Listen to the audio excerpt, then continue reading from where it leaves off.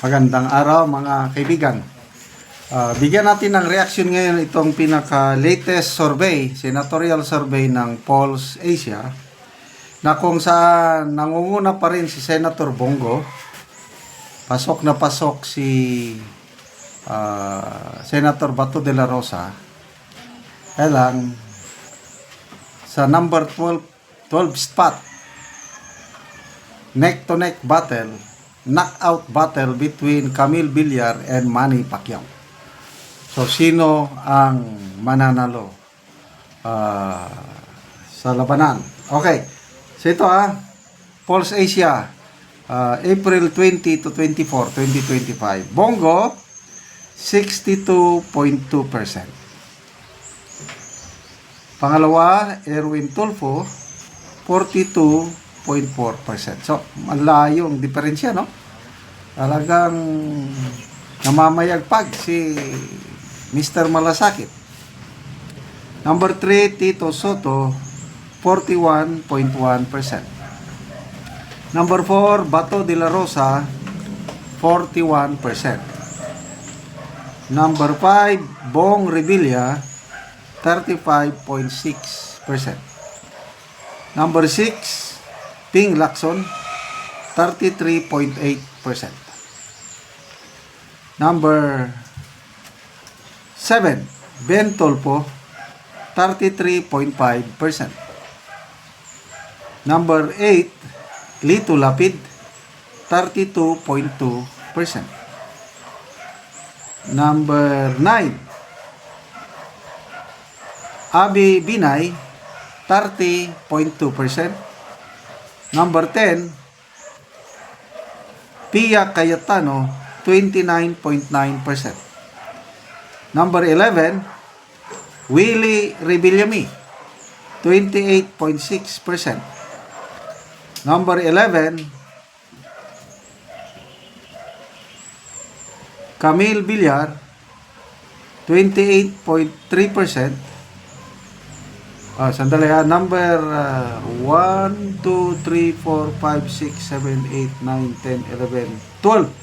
Number 12 na pala si Camille Villar, 28.3%. And number 13, Manny Pacquiao, 28.3%. So, tie sila. It's a tie. Itong number 12 and number 13, 28.3%. Kaya nga sabi ko, it's a knockout match. Anyway, survey lang ito. Ako, naniniwala pa rin ako na pagdating sa actual na butuhan, basta lang walang dayaan, marami pa rin ang papasok na Duterte. Basta magkaisa lang po tayo, Duterte plus 2. So kung magkaisa tayo, Visayas and Mindanao, kay Jan Malakas ng mga Duterte. So sana makapasok si Congressman Dante Marcoleta, Philip Salvador, Attorney Jimmy Bundok, Attorney Vic Rodriguez, Lambino at iba pa. So ano pa ito? May malaking pag-asa. Huwag po tayong ma-discourage. Dahil survey lang ito. Kaya lang, kung in kaso lang na ganito na ang talagang trend. So, sino ang kailangang manalo sa number 12? Will it be Villar or Pacquiao? Ano ang mangyayari kay BP Sara kung si Pacquiao ang mananalo at malalaglag si Camille Villar? Pagdating sa impeachment trial ni BP Sara, saan papanig si Manny Pacquiao? Papanigan ba niya ang mga Duterte o ang Marcos admin? Ano kaya ang boto niya? Will it be acquittal or conviction? Kung ako ang iyong tatanungin, Pag manalo si Manny Pacquiao, iko-convict niya si BP Sara. Opinion ko lang ito. I might be wrong. Kailang yan ang nakikita ko. Kasi sa ngayon, very loyal na si Manny Pacquiao sa kampo ng mga Marcos. Baliktarin natin. Kung mananalo si Camille Villar, ano sa tingin nyo? Ano ang kanyang magiging boto sa impeachment trial? Kung ako ang tatanungin nyo, sigurado si Camille Villar, boboto siya acquittal ni BP Sara. Kaya, yung plus 2 natin nagkakaisa na tayo sa Duterte. Sino yung plus 2 natin? Sana yung mga nag-aalanganin kay Camille Villar, pag-isipan nyo. So, mabuti kami, yung aming sample ballot, ang plus 2 namin is Amy Marcos and Camille Villar.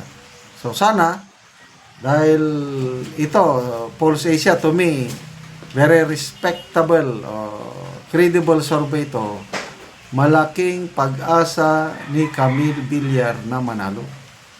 Kaya, hindi kami nagdalawang isip na isama si Camille Villar dahil inendorso ni BP Sara.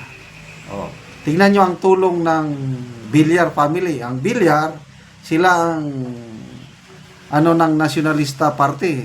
Yan ang partido nila. Mananalo si Camille. Mananalo si Pia Cayetano. Sigurado na. Nacionalista Party yan. Nandyan si Alan Peter Cayetano. Nandyan si Mark Villar. So, magiging 4 na senador, Nacionalista Party. So, sa impeachment trial ni BP Sara na talagang mangyayari after election, makakasigurado na tayo ng 4 na senador na tutulong kay BP Sara. I hope nakita nyo yung kahalagaan na suportahan natin ang mga Villar. Kasi ang labanan ngayon, itong impeachment. Pag naging successful sila na mapa-impeach nila si BP Sara, matanggal siya sa pista, wala na. Kawawa na si Tatay Digong sa ICC. So, 4 na Villar na yan. Kaya mag-isip-isip kayo yung mga ayaw kay Villar. Sana, isama nyo siya sa inyong mga balota, sa inyong Duterte plus 2. Salamat mga kaibigan sa inyong pagtangkilik sa ating channel. Nakakatulong kayo ng malaki sa tribong talandig ng Bukidnon dahil ang ating income sa channel na ito is tinutulong natin sa tribong talandig. Namimigay tayo ngayon ng mga yero at pako para ma-repair ang sira-sirang bahay ng tribong talandig. Panoorin nyo ang video na ito.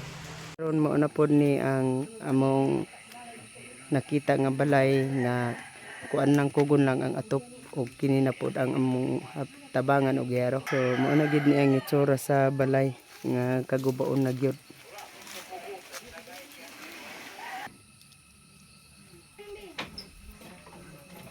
Kuan ni ang ilang atop nga kugon lang in taon.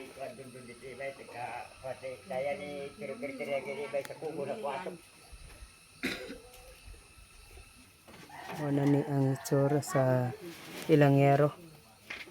Dako na gid kaayo og buslot.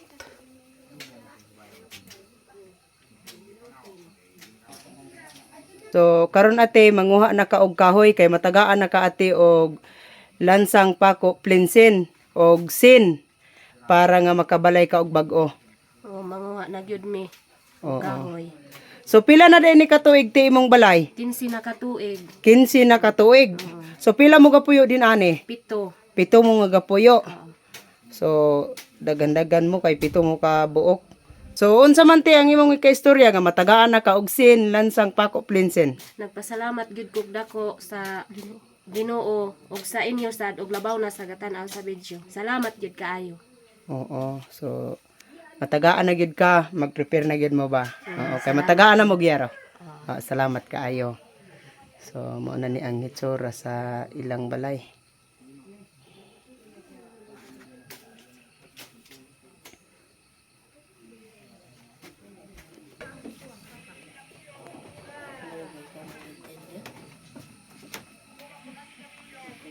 Ay,